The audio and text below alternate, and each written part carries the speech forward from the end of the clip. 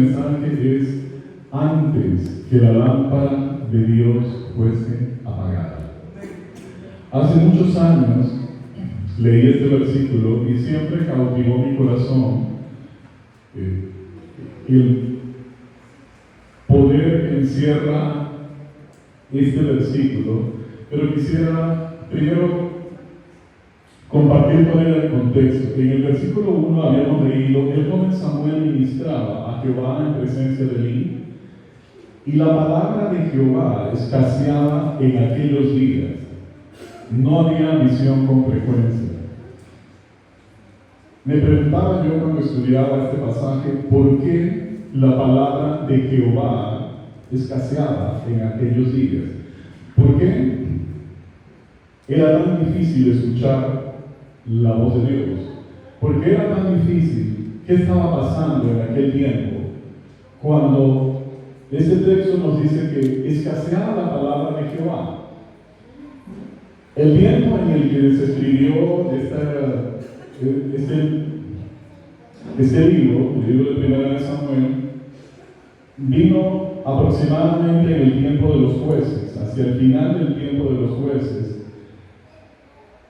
Y esta frase cautivó mucho mi corazón, tratando de entender qué estaba pasando en aquellos días en que escaseaba la palabra de Dios y no había visión con frecuencia. Esta frase es muy clara para tratar de hacernos entender qué sucede cuando no hay visión. Cuando no hay visión, quiere decir claramente que no hay liderazgo. Y lo que estaba sucediendo era que había pasado el tiempo en que Josué había conquistado la tierra de Canaán, después de 40 años de haber estado luchando.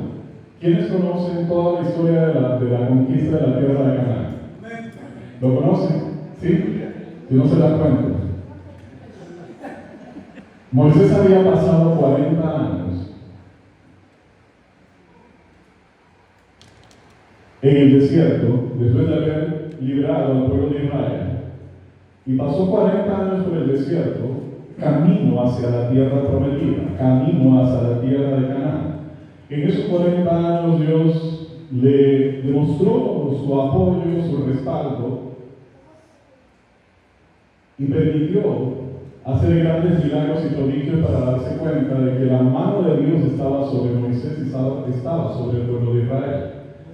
Al morir Moisés, Josué tomó las riendas del liderazgo del pueblo de Israel. Josué había pasado 40 años con Moisés, siendo entrenado, siendo discipulado, siendo debidamente preparado para el día en que Moisés partiría. Entonces Josué tomó su lugar. Y a Josué le esperaron, le fue una tarea tan grande como la que tuvo Moisés. Fue la tarea de conquistar la tierra prometida. Fueron 40 años en que él se tomó el arduo trabajo de desalojar a todos los pueblos que habían ocupado la tierra de Canaán, que había sido prometida a Abraham, Isaac y a Jacob.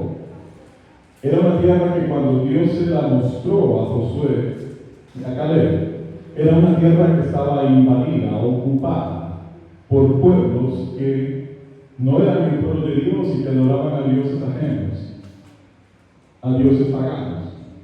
Josué se propuso, con la mano de Dios, desalojar a todos y conquistar la tierra que había sido prometida.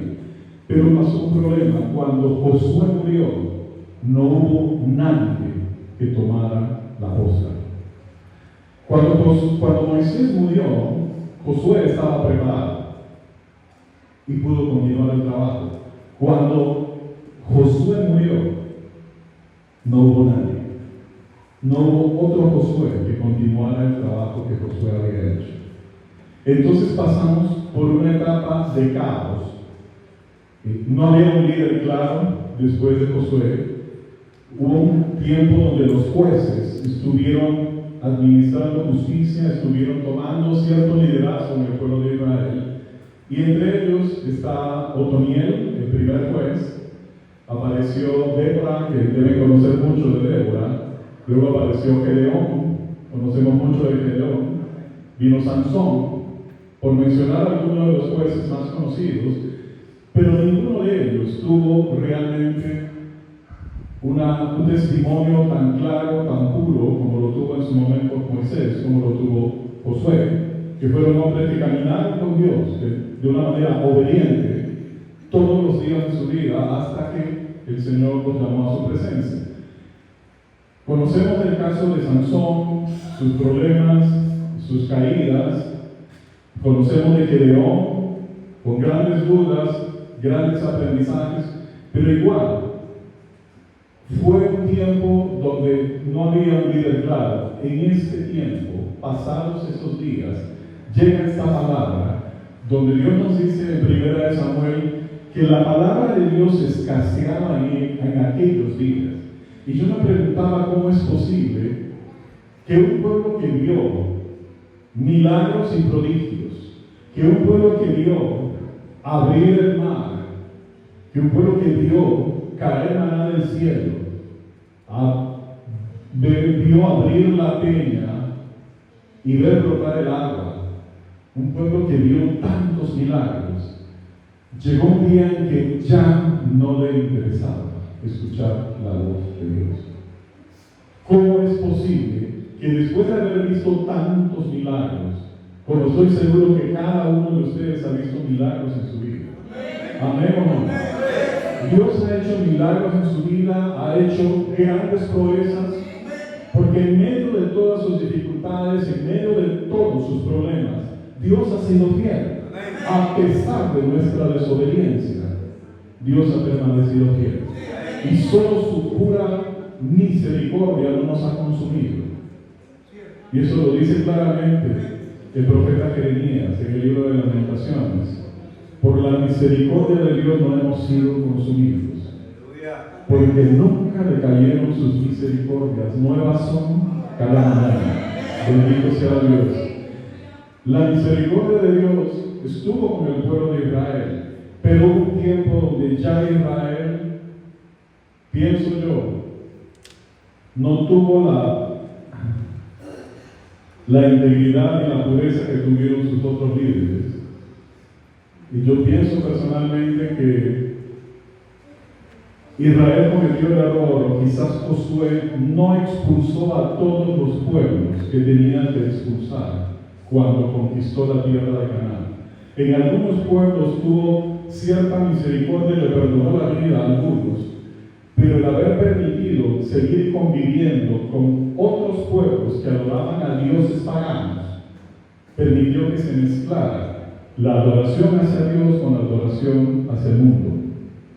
Esto hizo que crecieran otras generaciones que no habían visto al Dios poderoso que sacó a Israel del pueblo de Egipto, y permitieron y crecieron nuevas generaciones que no tenían ni idea del Dios de sus padres. Mucho de todo esto había pasado en el contexto donde Dios nos está hablando en 1 Samuel. Claramente dice que la palabra de Dios escaseaba en aquellos días y no había visión con frecuencia.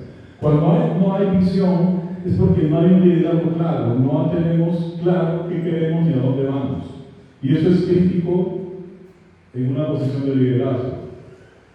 Y ruego a Dios que Dios, estoy seguro que si estamos parados hoy aquí, en este lugar, es porque Dios ha puesto un claro líder que está escuchando la voz de Dios, que ha sido obediente, que ha sido diligente en entender cuál es el momento en que Dios lo ha colocado a usted y cuál es el rol que la iglesia en este momento tiene en esta comunidad. Cuando uno tiene claro a qué Dios lo ha llamado, entonces no va a haber el problema que tenía Israel en ese momento. Carecer de visión es carecer de un liderazgo claro, de tener una plena comunión con Dios para entender cuál es mi rol, cuál es mi llamado y qué es lo que yo tengo que hacer. Cuando la palabra de Dios nos dice esto, nos dice este versículo claramente, que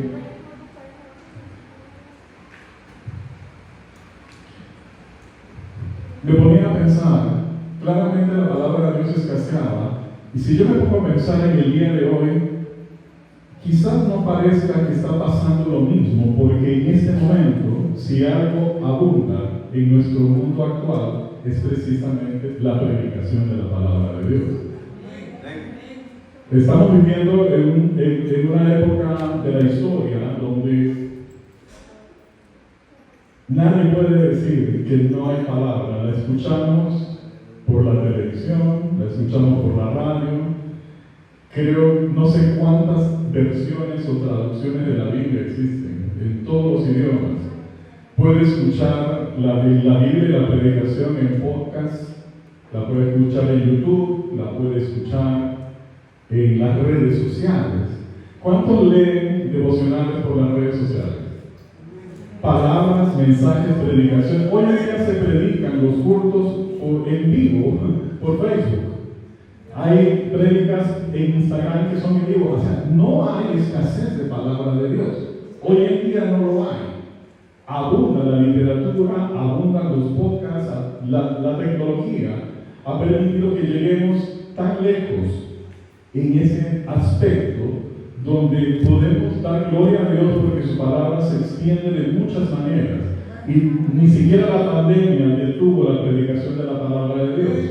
Muchas iglesias fueron cerradas, pero los cultos y los servicios virtuales, ¿cuántas reuniones y estudios bíblicos se han podido hacer por Zoom? Muchos, y se siguen haciendo. Pero realmente creemos, y yo le pregunto a usted, ¿cree usted que todo lo que se predica, todo lo que encontramos en YouTube, todo lo que se puede encontrar en las redes sociales, verdaderamente es sana doctrina? ¿Quién me dice algo? ¿Alguna idea?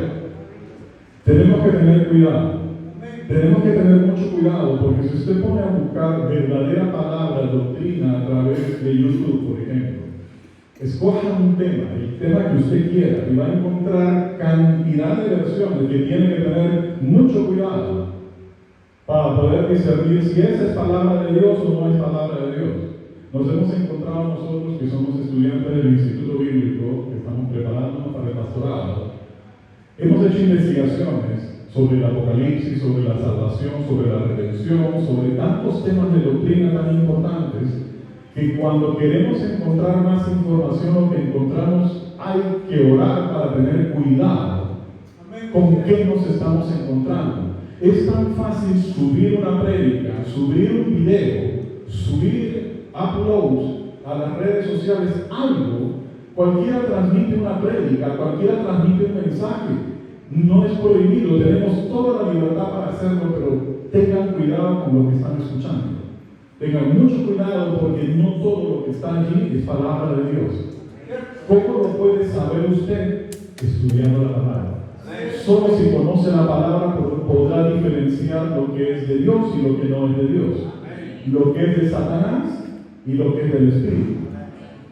Entonces, yo me ponía a pensar que aunque no escasea la palabra de Dios como en el tiempo de Samuel, sí tenemos que tener cuidado, porque no todas las iglesias tampoco están haciendo lo que es correcto. No quisiera entrar en tanto detalle sobre eso, pero hay una cantidad de iglesias que han permitido que el mundo entre a la iglesia. Yo no sé en Honduras, no conozco, es mi primera vez aquí, pero por lo menos en Estados Unidos hay muchas iglesias que son liberales, que son permisivas con el pecado. Iglesias que han permitido que el pecado entre en el altar, que se pare aquí. Este altar es sagrado. Amén. Se lo repito otra vez, este altar es sagrado. Amén. Y si estamos inaugurando el templo, que la palabra de Dios y el temor de Dios esté presente todos los días. Que el Señor permita celebrar cultos en esta iglesia hasta que Él venga. El altar es sagrado, esto no es un escenario. Y se lo digo como salmista y como cantante cristiano. Estamos tan acostumbrados a llenar el altar de mucha gente talentosa, pero muchas veces no sabe usted quién se para en este altar. Si esto está lleno de pecado o está lleno solamente de talento natural. Los cristianos en el tiempo del Antiguo Testamento, los salmistas o los que ministraban en el altar eran levitas. Levitas que fueron apartados exclusivamente para ministrar en el tabernáculo. Y la condición de levita tenía que santificarse. Tenía que santificarse porque no podía pararse en un altar a ministrar el pecado. Hoy en día hemos sido muy tolerantes. ¿A quién dejamos que se suba en el altar? Simplemente porque falta un músico, falta un guitarrista o falta un cantante y no tenemos a nadie. Tenemos que ir corriendo a buscar un guitarrista que no es cristiano o que no sabemos su testimonio, pero que nos resuelve porque ¿qué va a pasar si se para la alabanza en la iglesia? Yo le digo sinceramente, hermano, le digo con todo mi corazón, más importante es estar cuidando la santidad en la casa de Dios. Cuidemos nosotros de permitir que quien se suba al altar sea una persona que ha consagrado su vida a Dios y que vive bajo el temor de Dios. Nadie es perfecto. Ninguno de nosotros lo somos. Todos somos falibles y somos vulnerables. Pero no, hermano, no permitamos que por necesidad de músicos, de cantantes o coristas, dejamos subir a cualquiera al altar. No permitamos que esto entre en la casa de Dios, porque esta es casa de oración. Amén. Se lo digo con mucho temor, con mucho respeto, porque así lo veo yo. Por la gracia y la misericordia de Dios, hace 40 años que Él me llamó al ministerio de la música. Y me enseñaron eso desde el primer día. Yo me paraba aquí para cantar. Y antes mis pastores en mi país me preguntaban, mi hermano, ¿cómo está su comunión con Dios? Tenía 7 pastores en aquel entonces. Y desarrollamos una conciencia de santidad, que éramos muchos, éramos por lo menos 8 o 10 salmistas, cantantes. Nos cuidábamos mucho, mutuamente nuestro testimonio. Y llegamos al punto una vez, inclusive, o más de una vez, que alguien que le tocaba ministrar me decía, hermano Rubén, yo no me siento bien delante de Dios. Por favor, venga y cúrame, que yo necesito ponerme en cuenta con Dios. Empezamos a cuidarnos, teníamos la conciencia de que cualquiera así nomás no tomaba la Santa Cena. Muchas veces dejamos pasar el plato por donde estaba la copa y el pan, porque aprendimos a entender que cuando nosotros tomamos la Santa Cena, dice la palabra de Dios, si lo hacemos incorrectamente, estamos tomando y bebiendo juicio para nosotros. Entonces, desarrollar la conciencia de que no podemos ministrar el pecado, porque ¿quién se va a enterar? Dios lo sabe.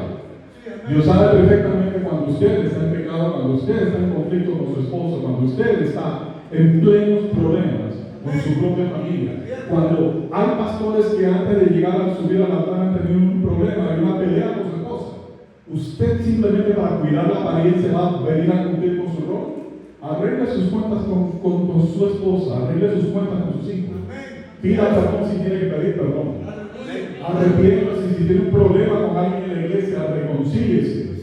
Porque Dios no va a recibir ni la prédica ni la alabanza como debiera recibirla. Y ténganlo claro, nosotros ministramos en la casa de Dios a Él. No venimos a cumplir con un programa. No venimos nosotros a hablar por hablar o cantar por cantar o a impresionar a nadie. Dios está viendo y escuchando su corazón mejor que nadie. Y más vale que cuidemos ese celo de una manera muy particular.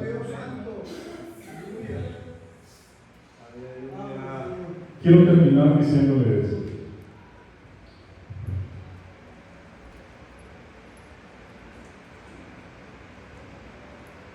Dice claramente esta palabra en el versículo 3. de primera de Samuel. Samuel estaba durmiendo en el templo de Jehová, donde estaba el arca de Dios, y antes que la lámpara de Dios fuese apagada, Jehová llamó a Samuel. Antes que la lámpara de Dios fuese apagada. Obviamente, esta es una figura literaria. No era que Dios iba a apagar la luz, pero expliqué hace un momento en qué condiciones estaba viviendo Israel sin el liderazgo que tuvieron antes. En qué condiciones y por qué estaba escaseando la palabra de Dios. Una de las cosas más graves que había pasado era que el sumo sacerdote Elí había permitido el pecado en la casa de Dios. Si revisa el texto, y no lo voy a leer porque no me quiero extender, Elí era el sumo sacerdote, era el líder espiritual, y había permitido que sus hijos pecaran deliberadamente en la puerta del tabernáculo. Es como imaginarme que el pastor permita que su hijo, que es un ministro de oración, peque deliberadamente ahí en la puerta de la iglesia delante de todo el mundo, y todo el mundo lo vea y él no diga nada. Eso es exactamente lo que él hizo. Nada. Delante del pecado de todo el pueblo, siendo el ministro de Dios y sacerdote, y siendo sus hijos, porque en ese tiempo los cargos sacerdotales eran heredados. Era el sacerdote, los hijos de ellos, era lo que estaba establecido. Ellos iban a ser los próximos sumos sacerdotes, y lo que estaban haciendo era corrompiéndose a la vista de todo el mundo. Entonces, además de tener un problema de liderazgo, además de tener un problema de falta de visión, de que la palabra escaseaba porque a nadie le interesaba escucharla, teníamos un sumo sacerdote que había fracasado en el ministerio. ¿Por qué? Porque no puso orden delante del pecado de su propia familia. Dejó que el pecado entrara en la casa de Dios y se quedó sin hacer nada. Estoy seguro que eso no va a pasar aquí en la iglesia. Estoy seguro que tenemos una familia que se ha parado delante de Dios a decirle que vamos a servir a Dios. Pero eso es lo que estaba pasando exactamente en ese momento. Elí no había detenido el pecado que estaba entrando en la casa de Dios. Y antes que la lámpara de Dios fuese apagada, antes que Dios hiciera algo más drástico, Jehová llamó a Samuel. Y estoy seguro que la lámpara de Dios está a punto de ser apagada, porque su venida está cerca. La venida del Señor está cada vez más cerca. Y todavía el mundo tiene tiempo y oportunidad para arrepentirse. Todavía este mundo puede escuchar la salvación. Antes que la lámpara de Dios fuese apagada, Jehová llamó a Samuel, y estoy seguro que Jehová lo está llamando a usted. Antes que el Señor venga por su iglesia, Jehová está llamándolo a usted y me está llamando a mí. Antes que el Señor se lleve a su iglesia y nos lleve a su presencia, todavía hay un mundo que necesita escuchar la palabra de Dios. Todavía hay un pueblo aquí en Santa Bárbara que necesita oír palabra de Dios. Antes que esta lámpara de Dios se apague, antes que su venida se consume, antes que la trompeta suene, Dios abrió esta iglesia. Dios está poniendo esta iglesia como un faro muy claro en la ciudad de Santa Bárbara. Y Dios está poniendo una gran responsabilidad sobre el pastor y sobre todos los líderes de esta iglesia. Estoy seguro que se me acabó la batería.